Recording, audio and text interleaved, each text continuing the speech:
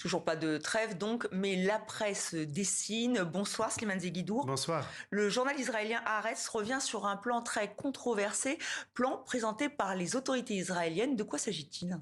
Oui, et qui est déjà notoire. C'est le ministre de la Défense, Israël Katz, qui propose, figurez-vous, de reloger les Palestiniens qui sont maintenant acculés à s'agglutiner autour de la frontière égyptienne pour construire un camp humanitaire. Sans qu'on sache s'il sera en dur ou en tente, en plastique, eh bien, il propose de regrouper un maximum des 2,5 millions de Palestiniens dans ce camp contigu à la frontière égyptienne, d'où ils ne pourraient plus ressortir. On leur servirait de la nourriture et on les inviterait à partir pour ceux qui veulent partir, notamment en Égypte.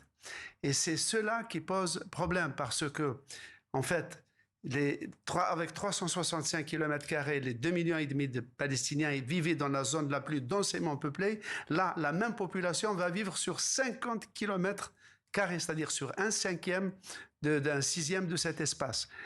Et tout le monde, et la presse israélienne, les experts, l'ONU, disent que le but de tout cela, c'est de les contraindre en rendant la vie impossible et intenable à Gaza. Il n'y a plus d'hôpitaux, il n'y a plus d'adduction d'eau.